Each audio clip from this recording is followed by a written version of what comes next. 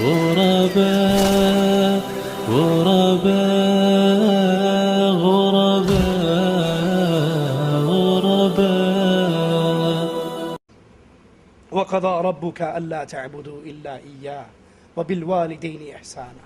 یہ مالک کا فیصلہ ہے، اللہ کی عبادت میں کسی کو شریک نہ ٹھہراؤ اور ماں باپ کے ساتھ اچھا سلوک کرو، ماں باپ کے ساتھ بہترین سلوک کرو۔ ابن عباس رضی اللہ عنہما ان سے سائل سوال کرتا ہے کہ ماں باپ کے ساتھ حسن سلوک کیا جائے، احسان کیا جائے، تو احسان کا مطلب کیا ہے؟ ابن عباس رضی اللہ عنہما فرماتے ہیں کہ احسان کو سمجھانے کے لیے کوئی دو چار جملوں میں بات نہیں ہو سکتی۔ کہا اچھا، احسان کو سمجھانے کے لیے اگر لمبی گفتگو کی ضرورت ہے تو پھر یہ سمجھائیے کہ نافرمان کون ہے، عقوق کیا ہے۔ تو کہنے لگے اب سنیے ذرا، ابن عباس کی اس آیت کی تفسیر کو سنیے اور پھر اپنے اپنے کردار اور معاملات کو بھی تولیے۔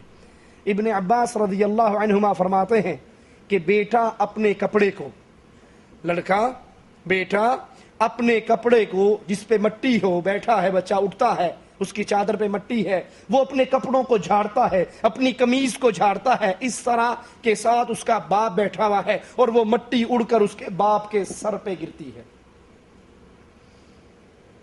احسان کا الٹ نافرمان کون ہے؟ اللہ کے ہاں کس کو نافرمان لکھا جاتا ہے؟ لڑکا اگر اپنے کپڑوں کو ایسے جھاڑے کہ اس کی مٹی اس کے باپ کے سر پہ گرے تو اللہ کے ہاں اس کو نافرمان لکھ دیا جاتا ہے۔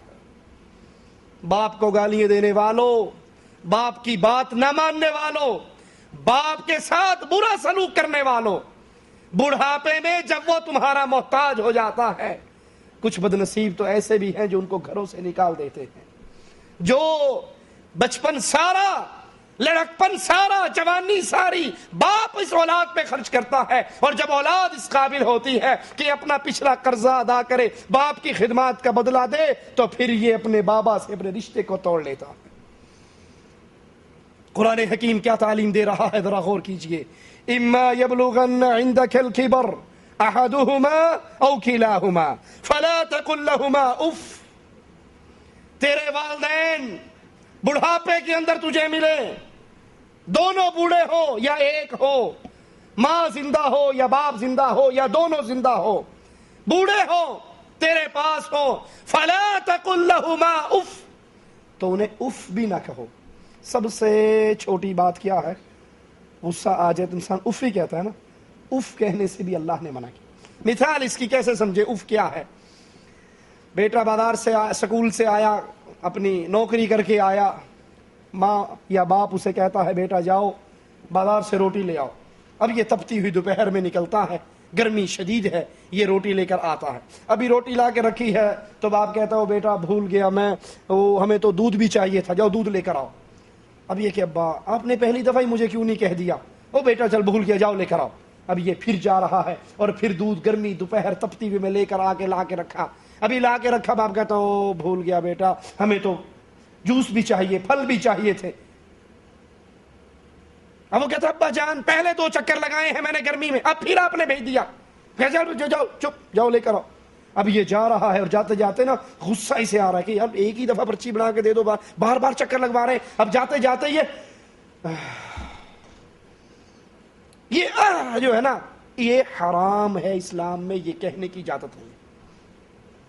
یہ آپ کا باپ ہے، یہ آپ کی ماں ہے، یہ آپ کے والدین ہیں، آپ کو تپتی دوپہر میں 1 مرتبہ نہیں 3 مرتبہ بھی یہ روانہ کریں تو ان کے سامنے بولنا تو دور ہے، میں نہیں لے کر آتا، خود جا کر لے آؤ، یہ بھی کو بدتمیزی، ابھی لے کر آئے، ابھی لے کر آئے، ابھی لے کر آئے، بازار کے چکر پہ چکر لگوا رہے ہو، مجھ سے نہیں یہ سارے کام ہوتے۔ یہ تو بہت دور کی بات ہے، آپ کام کر رہے ہو اور کام کرتے کرتے آپ کی زبان سے غصے کے اندر یہ جو ہے نا، یہ اف، یہ کہنا بھی حرام ہے۔ اس کی مثال دوں، یہ آپ باپ کے سامنے یہ اف کہنے سے جو اللہ نے منع کیا ہے، یہ کوئی آپ احسان نہیں کر رہے، یہ اپنا پرانا قرضہ اتار رہے۔ مثال کے طور پہ شدید سردی ہے، آپ 5-6 مہینے کے بچے تھے، ماں نے ابھی آپ کے کپڑے بدلے، ابھی پیشاب والے کپڑے باتھ روم میں رکھنے گئی، واپس آئی تو بچے نے پھر پیشاب کر دیا۔ ہوتا یا نہیں ہوتا؟ تھوڑی دیر کے بعد وہی پیشاب والے کپڑے واپس بدل کر رکھ کر آئی، واپس آتی ہے بچے نے موشن کر دیا۔ اسے 1 گھنٹے میں 3-4 دفعہ کپڑے نہیں بدلنے پڑتے؟ تو کبھی ماں نے بھی اف کہا تھا؟ اس نے بھی کبھی گالیاں دی تھی؟ وہ تو صحت کی دعا کرتی تھی، وہ تو تیرے لیے روتی تھی، وہ تو تیرے لیے اللہ سے مانگتی تھی اور تیری خدمت کرنے میں خوشی محسوس کرتی تھی اور تیرا کام کرتی تھی۔ اگر آج ان کے بڑھاپے میں تجھے 3-4 بار ایک کام کہہ دیا جائے تو یہاں پیر پٹکنے کی اجازت نہیں ہے، زبان درازی کی اجازت نہیں ہے، بولنے کی اجازت نہیں ہے، صرف زبان سے اف کہنے کی بھی اجازت نہیں ہے۔ وَلَا تَنْهَرْهُمَا وَقُلْ لَهُمَا قَوْلًا كَرِيمًا، ان کو ڈانٹو نہ، ڈانٹ ڈپٹ کرنے کی اجازت نہیں، ایک دفعہ نہیں منگا سکتے، بار بار بازار بھیجتے ہو، اتنی شدید دوپہر ہے، جون جولائی کا مہینہ ہے، اتنی گرمی پڑ رہی ہے، میں کیسے، یہ کہنے کی اجازت نہیں، ان کے ساتھ بدسلوکی کی اجازت نہیں، ان کو گالیاں دینے کی اجازت نہیں، ان کو ڈانٹنے کی اجازت نہیں۔ یہ کیسے مثال سے سمجھیں ڈانٹ ڈپٹ کی؟ بیٹا گھر سے نکلتا ہے، باپ کہتا ہے بیٹا ذرا جلدی گھر آ جانا، شام کو مہمان آ رہے ہیں۔ کہتا اچھا جی ٹھیک ہے ابو جی آ جاؤں گا۔ ابھی وہ جوتی تلاش کرتا ہے، تھوڑی دیر بعد باپ پھر کہہ دیتا ہے بیٹا جلدی آنا، مہمان آنے ہیں گھر میں۔ اچھا کہہ دی آ جاؤں گا، ٹھیک ہے آ جاؤں گا۔ اب وہ جو ہی دروازے میں قدم رکھتا ہے تو باپ کہتا ہے سن لیا میں نے کہا ہے جلدی آنا؟ کہا اچھا سن لیا۔ شریعت اس کی بھی اجازت نہیں دیتی۔ یہ آپ کا اونچی آواز میں بولنا، آواز کو بلند کرنا اپنے باپ کی آواز پر، شریعت اس کو حرام قرار دیتی ہے، آپ کو اتنی کی اجازت بھی نہیں ہے۔ وَلَا تَنْهَرْهُمَا، نہ ڈانٹنا ہے نہ اف کہنا ہے۔ پھر کیا کہنا ہے؟ ڈانٹنا بھی نہیں ہے، اف بھی نہیں کہنا۔ وَقُلْ لَهُمَا قَوْلًا كَرِيمًا، پیار سے بات کرنی، ٹھیک ہے ابا جان جیسے آپ حکم کریں گے ابا جان میں ویسے کروں گا، جیسے آپ کہیں گے امی جان میں ویسے کروں گا، آپ سے بڑھ کر مجھے کون پیارا ہے، اللہ کی قسم آپ مجھے جو حکم کرے میرے بس میں ہو ماں، میں سب کچھ کرنے کے لیے تیار ہوں۔ یہ پیارے جملے، یہ میٹھے جملے، اور اللہ کی قسم جتنی جلدی ماں راضی ہوتی ہے مخلوق میں کوئی اور راضی نہیں ہوتا۔ بچے سے بڑی غلطی ہو جائے، بچہ آ کر ماں اور باپ سے معافی مانگ لے، ان کا غصہ فوراً ختم ہو جاتا ہے۔ اللہ نے خاص طور پہ بڑھاپے کا ذکر کیوں کیا؟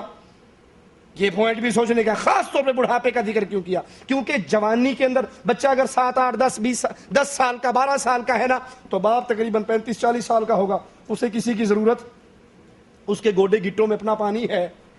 جب وہ بوڑھا ہو گیا، اب اس کی جیب بھی خالی ہوگی، کمانے کے قابل بھی نہیں رہا۔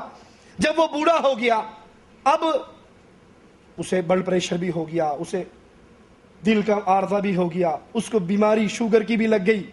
اب اتنی بیماریوں میں بوڑھے کا اخلاق خراب، چڑچڑاپن آ گیا، چڑچڑاپن، بات بات پہ لڑنا، بات بات پہ ٹوکنا۔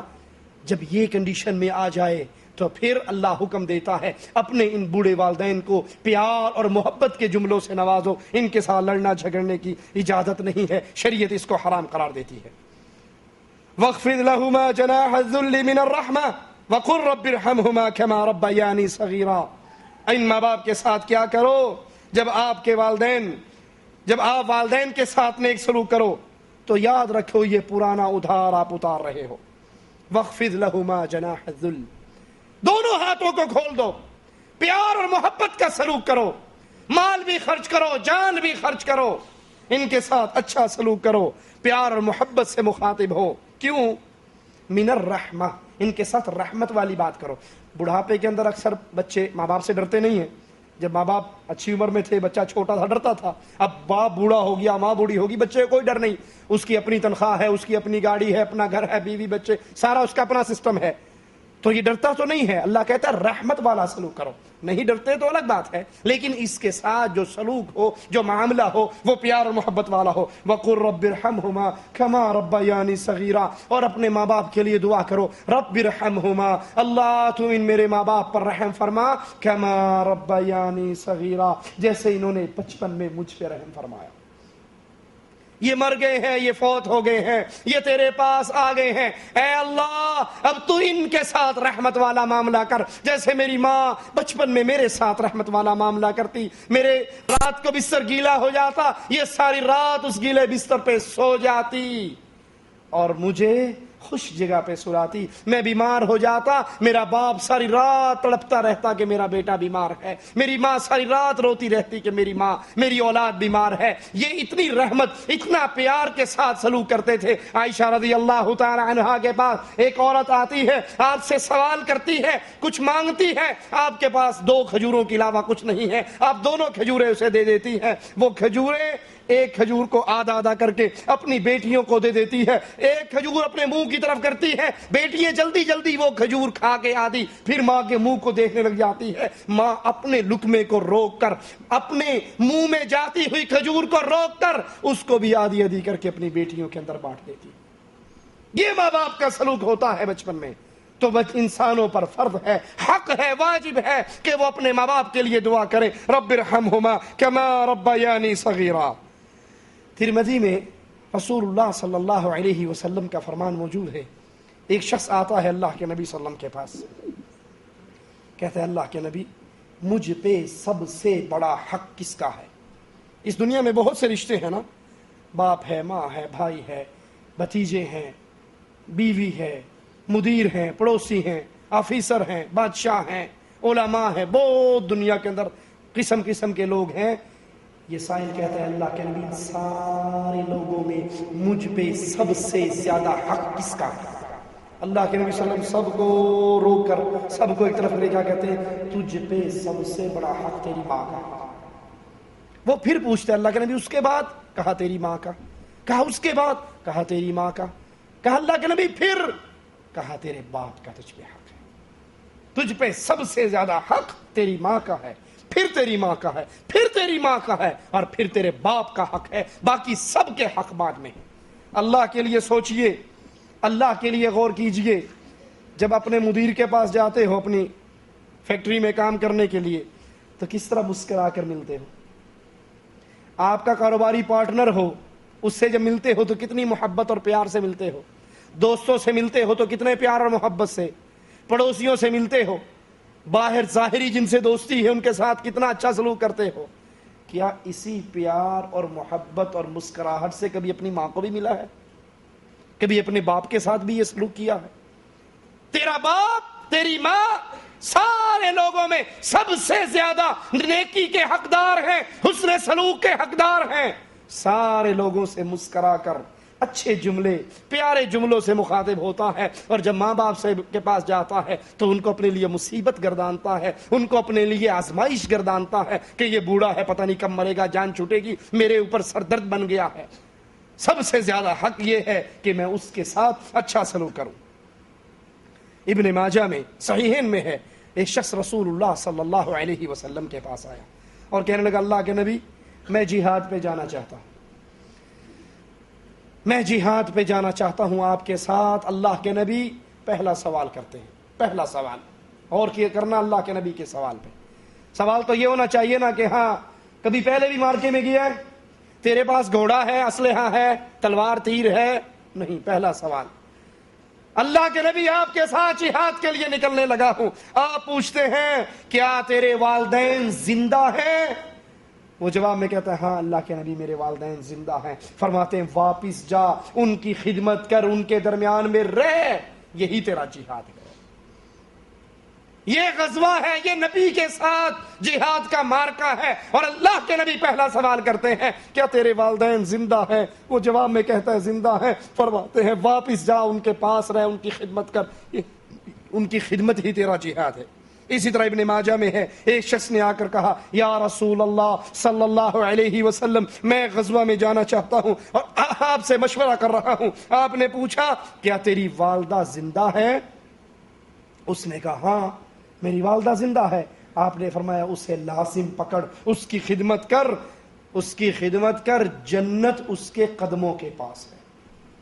اس کی خدمت کر, جنت اس کے قدموں کے پاس ہے. اور ایک روایت میں رسول اللہ صلی اللہ علیہ وسلم نے پوچھا کیا تمہارے والدین ہیں؟ اس نے کہا جی ہاں میرے والدین ہیں. آپ نے فرمایا ان کو لازم پکڑ, ان کے قدموں کے نیچے جنت ہے.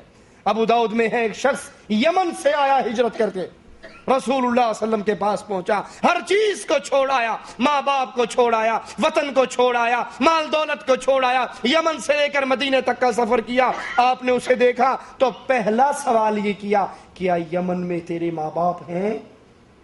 کیا یمن میں تیرے والدین زندہ ہیں؟ اس نے کہا جی ہاں۔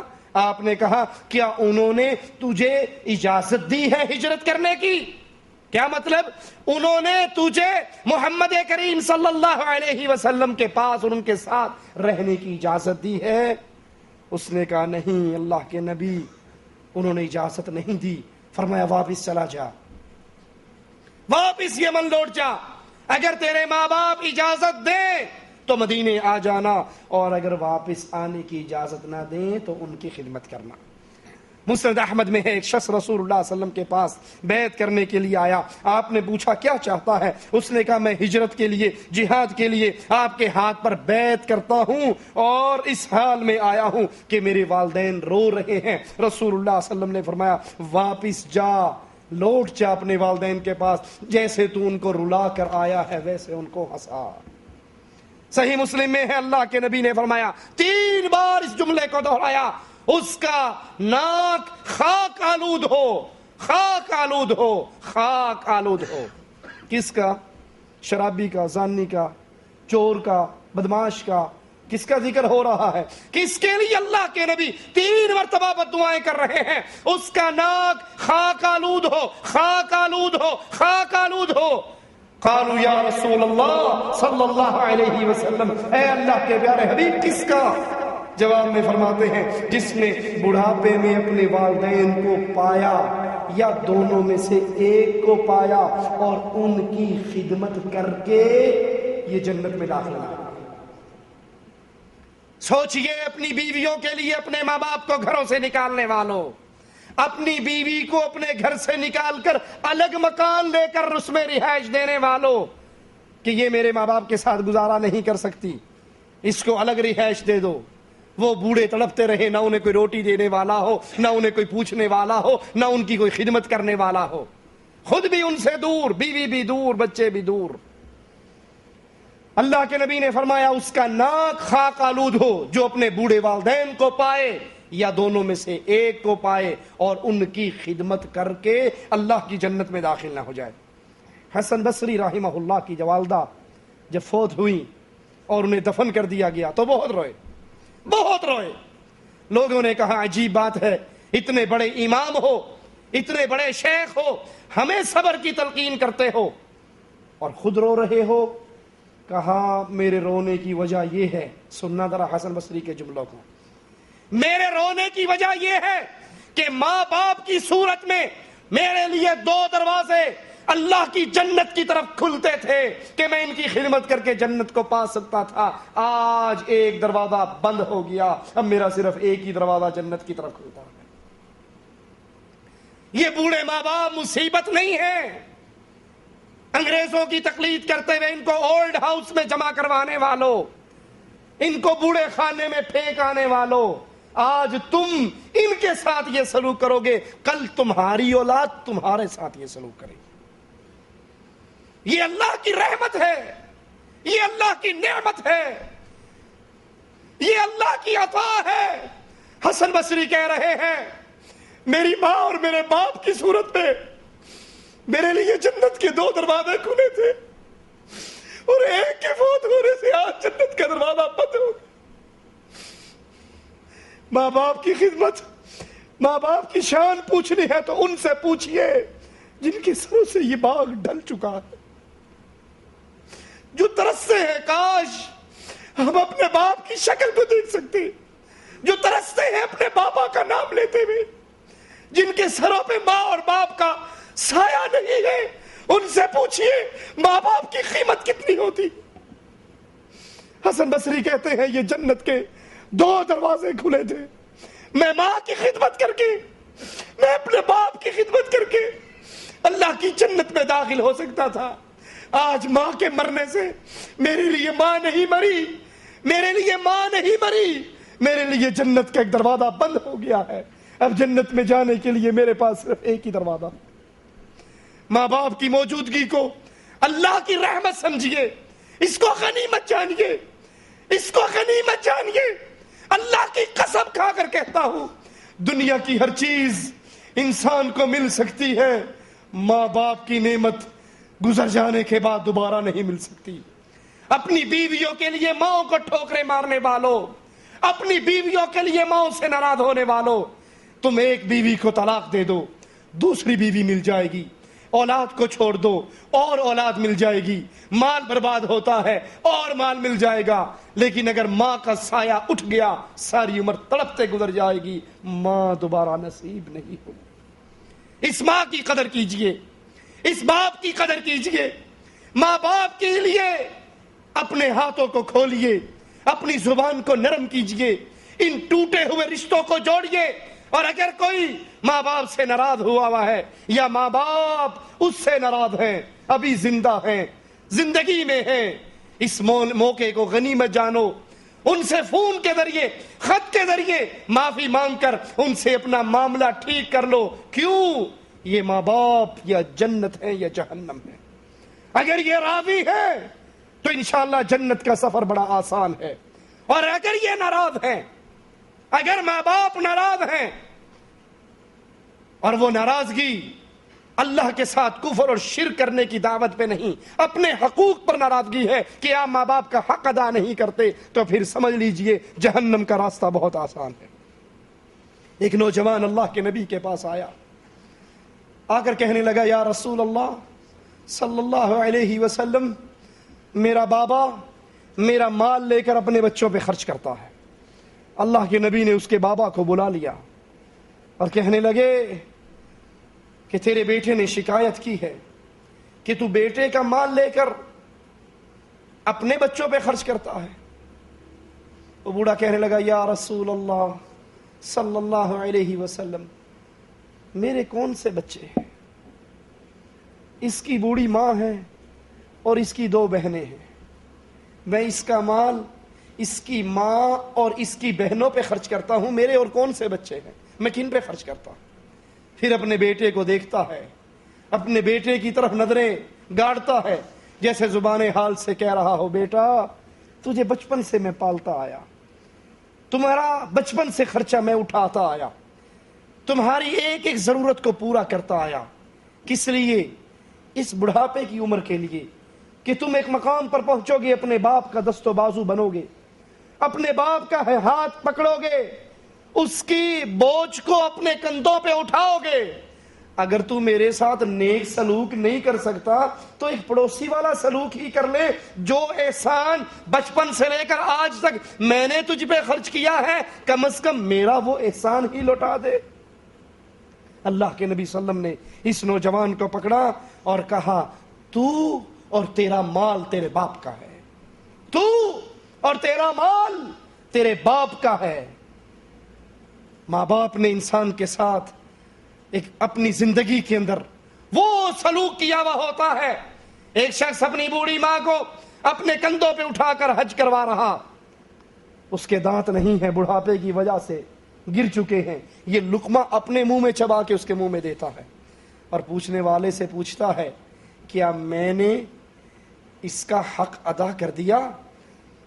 کہا، جب تو اس کے پیٹ میں تھا اور اس کے پیٹ میں درد کی ایک لہر اٹھتی تھی، یہ تیری ساری خدمت اس ایک درد کی لہر کا بدلہ بھی نہیں دے سکے، کجا یہ کہ تو زندگی بھر کی اس کو بدلہ دینے کا سوچے۔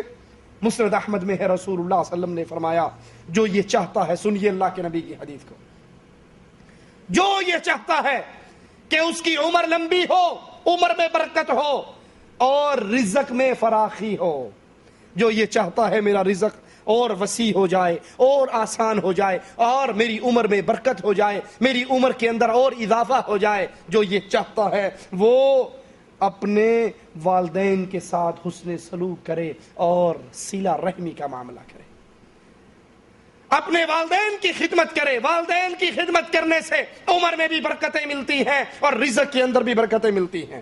صحیح بخاری میں ہے، 3 شخص سفر کر رہے، بارش آتی ہے، یہ جا کے غار میں پناہ لے لیتے ہیں، غار میں پناہ لی، تیز ہوا چلتی ہے، اوپر سے ایک پتھر آتا ہے اور وہ پتھر آ کے ان کے غار کے منہ کو بند کر دیتا۔ انہوں نے زور لگانا تھا، لگا لیا، چیخنا تھا چیخ لیا، کچھ بھی نہیں ہوا، پتھر نہیں ہلا. یہ سمجھ گئے کہ بس اب یہ غار ہماری قبر کی دوسری صورت ہے. ان میں سے ایک کہنے لگا کہ اپنے نیک اعمال کو یاد کرو، اللہ کے دربار میں سوال کرو، اپنے نیک اعمال کا واسطہ پیش کرو، ہو سکتا ہے اللہ تمہیں یہاں سے نجات دے دے. ایک نے کہا اے اللہ، میں اپنی کزن کے اوپر غلبہ پا چکا تھا، قابو پا چکا تھا، اور اس کی زبان سے آخری لمحات میں ایک جملہ نکلا، اتق اللہ، اللہ سے ڈر جا. اللہ اس وقت مجھے اس گناہ سے تیرے ڈر نے روکا، اور تیری رضا کے لیے میں اس گناہ سے دور ہو گیا. دنیا کی کوئی قوت مجھے نہیں روک سکتی تھی، میں پورا غلبہ اس پر پا چکا تھا. اللہ تیرے ڈر کی وجہ سے میں نے اس گناہ سے منہ موڑا. اگر تجھے میرا عمل پسند ہے اور تیری رضا کے لیے میں نے عمل کیا ہے، اللہ اس پتھر کو ہٹا دے. دوسرا کہتا ہے اے اللہ، میں نے مزدور کے ساتھ بھلائی کی، وہ مزدوری چھوڑ کر چلا گیا، میں نے اس کے پیسوں کا کاروبار کیا، اور یہ جتنا مال ہے یہ سارا اسی کا تھا، جب وہ دوبارہ آیا میں نے اس کو سارا لوٹا دیا. تیسرا کہتا ہے اے اللہ، میں اپنی بکریاں لے کے جاتا تھا، چرانے کے لیے جاتا تھا، اور واپس آ کر اس کا دودھ نکال کے سب سے پہلے اپنی ماں کو دیتا تھا، اپنے باپ کو دیتا تھا. بازار سے پھل لا کر چوری چھپے اپنی بیویوں کے کمروں میں دینے والوں، بازار سے اچھا سامان لا کر خاموشی سے بیگم کے بیڈ روم میں پہنچانے والوں، کہ باہر ماں کو نہ پتہ لگے، ماں کو نہ دینا پڑے، تم سے بڑھ کر بد نصیب اور کون ہوگا؟ ارے یہ ماں تو وہ ماں ہے جو اپنے آپ کو بھوکا رکھ لیتی تھی، تجھے کبھی بھوکا نہیں سونے دیتی تھی. اسے مانگنا پڑتا تو مانگ کے تیرا پیٹ بھر دیا کرتی تھی، لیکن بھوک تیری اس کو برداشت نہ ہوتی تھی. آج بیگم مل گئی ہے تو ماں کو بھول گئے ہو. خاموشی سے اچھے پھل، اچھی چیزیں، اچھا لباس چوری چھپے جا کے اپنی بیوی کے کمرے میں دیتے ہو، اور ماں کے سارے حق کو بھول جاتے ہو. اللہ میں دودھ نکال کے سب سے پہلے اپنے باپ کو دیتا، اپنی ماں کو دیتا. ایک دن میں دور چرانے کے لیے بکریاں لے گیا، واپس آیا، دودھ نکالا، اپنے ماں باپ کے سرہانے پر پہنچا تو میرے ماں باپ سو چکے تھے. اے اللہ، میں وہ پیالہ لے کے ان کے سرہانے پہ کھڑا رہا، یہی ان کا ناشتہ تھا، یہی ان کی رات کی تھی. میں نے ان کی نیند خراب نہیں کی، بوڑھے ہیں، اٹھ گئے تو شاید دوبارہ نیند نہ آئے. اور اللہ، میں نے ماں باپ کو پلانے سے پہلے اپنے بچوں کو پلانا مناسب نہ سمجھا. اے اللہ، میرے بچے میرے پاؤں کے اندر بلکتے ہوئے تڑپتے ہوئے سو گئے، میں نے ان کا رونا بلکنا برداشت کر لیا، لیکن اپنے ماں باپ سے پہلے اپنے بچوں کو دینا برداشت. صبح ہوئی، میرے ماں باپ جاگے، پھر میں نے دودھ ان کو پلایا، ان کو پلانے کے بعد میں نے اپنے بچوں کو پلایا. اللہ، اگر ماں باپ کے ساتھ یہ نیکی تیرے لیے میں نے کی، مجھے ان سے کچھ نہیں چاہیے، مجھے تیری رضا چاہیے تھی. تجھے راضی کرنے کے لیے اگر میں نے ماں باپ کے ساتھ نیکی کی، اللہ اس عمل کا واسطہ ہے ہمیں یہاں سے نکال دے. اللہ کے نبی فرماتے ہیں وہ پتھر ہٹ جاتا ہے اور یہ تینوں باہر آ جاتے ہیں. اللہ سے دعا ہے اللہ ہمیں ماں باپ کے ساتھ اسی طرح نیک سلوک کرنے کی توفیق عطا فرمائے.